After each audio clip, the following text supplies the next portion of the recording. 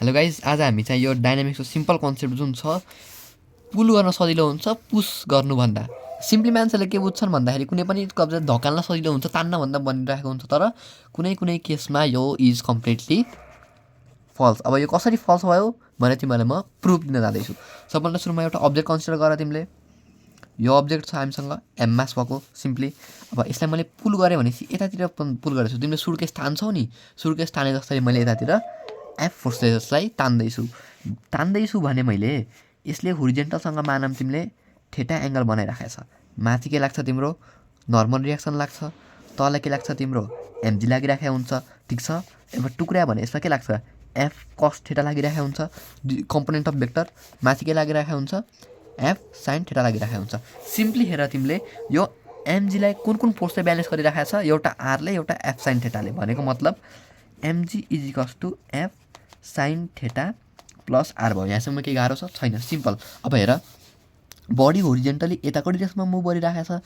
कुनै पनि बडीको मोसनले अपोज केले गर्छ फ्रिक्सनले गरिराखेको हुन्छ। फ्रिक्सन कुन डिरेक्सनमा लाग्छ यताको डिरेक्सनमा लाग्छ।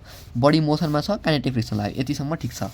अब हेर तिमीले और एमजी माइनस एफ साइन थेटाको भ्यालु आर हुने भयो।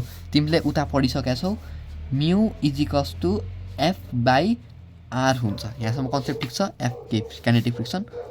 और तिम्रो के लेख्न पायो तिमीले normal reaction F K is equals to mu R लेख्न पायो। तिमीले F K is equals to mu R लेख्न पायो। यसलाई इक्वेसन फर्स्ट बनाइदेऊ, यसलाई इक्वेसन सेकेन्ड बनाइदेऊ। यहाँसम्म किन गाह्रो छैन। अब हेर आरको भ्यालु गरेर तिमीले यहाँ पुट गरिदियो भने सेकेन्ड इक्वेसनमा के हुन्छ F K is equals to mu into mg minus F sine theta हुने भयो। यो पुल गर्ने कन्डिसनलाई तिम्रो के हुन्छ काइनेटिक फ्रिक्सन यो हुन्छ। Simply for pulling. पुलिङको कन्सेप्ट सक्यो। अब हामी कहाँ जान्छौँ पुसिङको कन्सेप्टमा जान्छौँ। केमा जान्छौँ रे पुसिङको कन्सेप्टमा। मैले यतातिर फोर्स लगाउँदैछु, पुस गरेको मतलब यसले यसँग थेटा एङ्गल बनाउँदैछ मानौँ। अब तिमीले पुस गरेको मतलब चाहिँ नि फोर्स यतातिर लगाएर भन्ने नि हुन्छ, यतातिर मुभ गर्छ नि त बडी। भनेको मतलब भर्टिकली अपोजिट एङ्गलको कारणले यो नि थेटा नै हुने भयो। सिम्पली बुझ, फोर्स यताको डिरेक्सनमा लगाउँदैछु, यसलाई मैले अलि अगाडि बढाइदिएँ मिल्छ नि त। यो अगाडि भयो भर्टिकल अपोजिट एङ्गल यो नि थेटा सिम्पल। अब यसलाई केले ब्यालेन्स गरिराखेको हुन्छ एमजीले ब्यालेन्स गरेर राखेको हुन्छ। यसलाई केले ब्यालेन्स गरेर राखेको हुन्छ आरले ब्यालेन्स गरेर राखेको हुन्छ हो नि।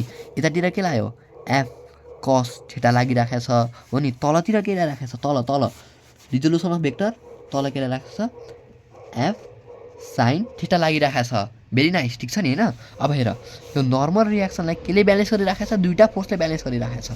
भनेको मतलब एफ साइन थेटा प्लस एमजीले ब्यालेन्स गरिराखेको छ। यो भनेको पुसिङको लागि गर्दैछु है मैले गाइज। अब हेर उता नै भइसक्यो। मैले म्यू भनेको के भने एफके बाई आर भने। देयरफोर काइनेटिक फ्रिक्सन भनेको भ्यालु के हुन्छ म्यू इन्टु आर हुन्छ। तिमीले आरको भ्यालु यहाँबाट आइसकेको छ, यो आर लिएर तिमीले यहाँ हालिदियो भने के हुन्छ mu into F sine theta plus MG हुने भयो गाइज। अब यहाँ हेर यसमा के छ F K is equals to mu into mg minus F sine theta छ। यसमा के छ mg plus F sine theta छ। भनेको मतलब 3 माइनस 1 ठुलो हुन्छ कि 3 प्लस 1 ठुलो हुन्छ। सिम्पली 3 प्लस 1 ठुलो हुन्छ। भनेको मतलब यसमा धेरै काइनेटिक फोर्स काइनेटिक फ्रिक्सन लाग्यो। बडी काइनेटिक फ्रिक्सन मतलब difficult to do work. Difficult to work गर्न गाह्रो हुन्छ भनेपछि डिफिकल्ट टु पुस।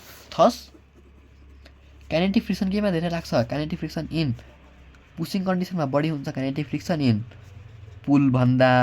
त्यही भएर चाहिँ नि इजियर टु पुल हुन्छ, किनभने चाहिँ नि अपोज गर्ने फोर्स जुन छ तिमीलाई त्यो चाहिँ नि कम छ। सिम्पल कन्सेप्ट बुझिसक्यो होला भन्ने म राख्न चाहन्छु। यति भन्दै थ्याङ्क यू भेरी मच।